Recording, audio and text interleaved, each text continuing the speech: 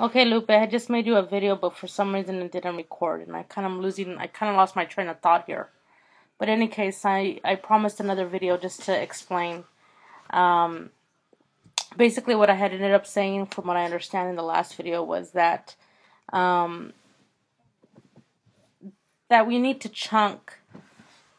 I related idea. You need to cut the text into chunks. For instance, in the first part, in the first few couple paragraphs, Thucydides explains the funeral rites for the fallen soldiers, and then in the next part he explains, what the type of reputation, the kind of speaker that was a requirement for the speech, to give this speech for the fallen soldiers.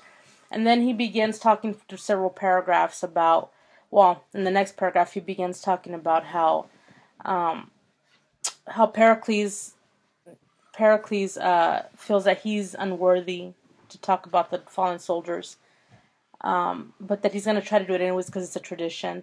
And then what ends up happening is, for the next several paragraphs, Thucydides explains that Pericles basically talks about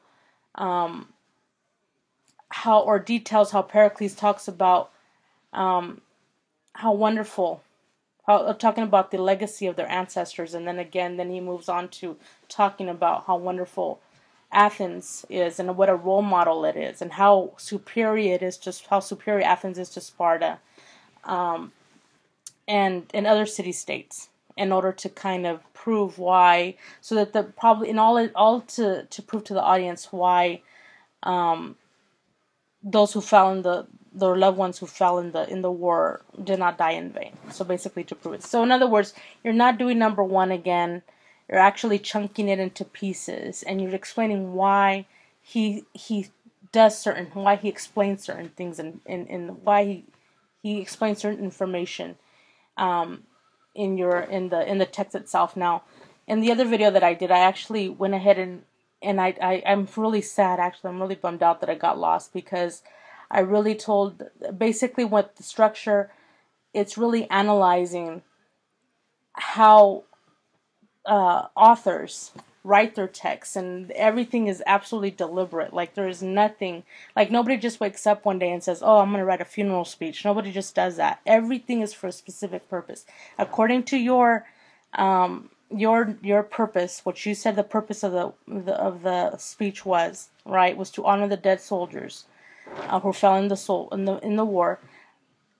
Everything that in an author, if that's his purpose, everything he says, every part of that piece of text is in there at the perfect time, at the perfect place, and he's building an argument, if you will. He's trying to achieve that purpose, so that the audience feels like they're honoring the soldiers. So in other words, I want you to explain why he does this first, he talks about this stuff first, why he talks about this second, why he talks about this third, why he talks about it fourth. And again, this is not 17 paragraphs. No, you're not looking at it paragraph by paragraph. You've already done that. What you're doing is just maybe in a paragraph or two. That's about as long as it's number 8's going to be. And it's like basically you saying he does this first, and why he does it. He does this second, and why he does it. And then he does this, and why he does that. And finally, why does he do this? Okay, that's all you're doing. Hopefully this helps. I just feel bad because I think I did a better explanation. I finished it off well in my other video, and it just didn't record. I don't know what's going on. But in any case, if you have any questions, just email me, and I'll see what I can do. Okay? I'll talk to you later, Lupe. Bye-bye.